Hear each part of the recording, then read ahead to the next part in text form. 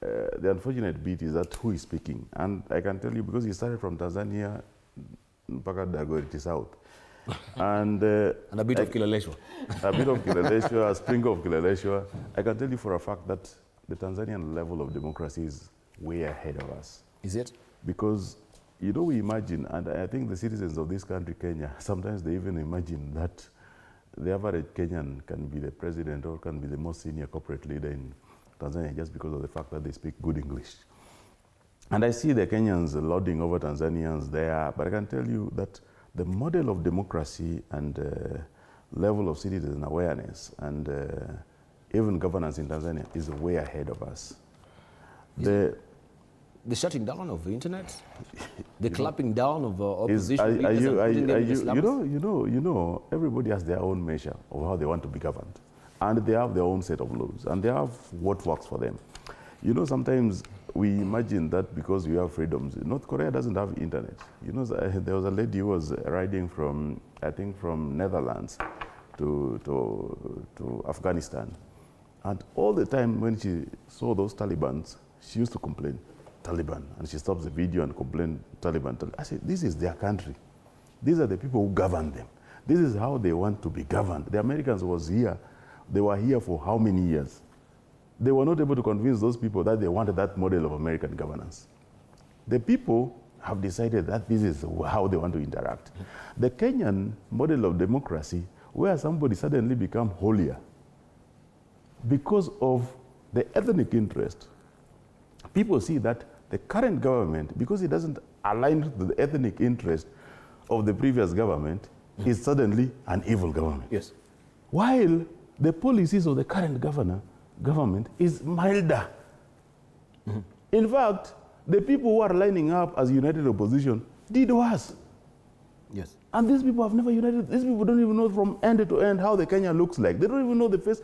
If you tell them today to have a government, they'll tell you that this government must have people based on their shareholding. These are the same people lecturing you. Anakuambia kwamba unajua, today, this person is doing wrong.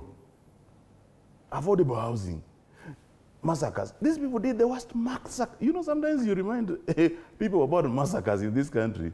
Then you remind them that who is in that team called the United Opposition. If you mention those individuals by name, they have done worse for this country. Raila suddenly became a hero just because he's dead. If Raila was alive today, he would be used as a scarecrow to make people fear of him getting near leadership. Or the time they only supported him because they knew this guy was just a one heartbeat away from death.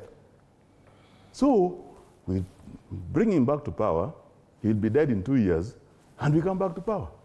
You know, some of these things you see people parroting and say that, oh, we are supporting this policy, that I shudder. I can tell you I've lived in Tanzania. The Ujamaa level of awareness, you know, apart from the fact that we speak good English, there's nothing. They plant better, they run their industries better, they manage their resources better. In fact, Magufuli, apart from the high-handedness, today, people are blaming Mama Suluhu Samia. But I don't blame I think it's a systemic issue. It's a whole independent system which the CCM inherited, and they have perfected to benefit a few of them. You see? And I find problems with that. But I don't blame any individuals. I think that Tanzanians have to decide, what do they want good for them? And how do they want to? Because today you can remove, see, Walitoa Magufuli. They say Magufuli was the worst person. They have two presidents who are living. There's the current president who is in power, and there's the former president, Jakaya Mrisho Kikwete. We have just left Mzee Mwinyi, just died the other day, and also Mkapa died a few years ago. You see? But I can tell you for a fact, why is Kikwete comfortable with the system? Because he knows that's what works for them. We might not like it, but we are not Tanzanians. Tanzania has a border with their own set of laws, with their own system of governance. You see? So unless we bring in the AU to give us direction, is this good or bad, or the UN, the global institutions, we as individuals, Kenyans, cannot decide that, no, now we cross the border, We change the government in Tanzania, we demonstrate, we push them out because we don't like how they're treating their citizens. No, that's not how things work. You know, we have devolution here. Nyeri knows if they want more industries, Muranga knows they want to better their industries, Kisumu knows what do they want good for them. You see? But if we are going to load over, we get social media. You know, the people are crying most about the social media in Tanzania. I've spoken to people, 5, 6 people. In fact, one yesterday made a lot of noise to me. These are Kenyans I worked with. These are Tanzanians I worked with in Kigoma. And they made a lot of noise. They told me, what do you want us to do as Tanzanians?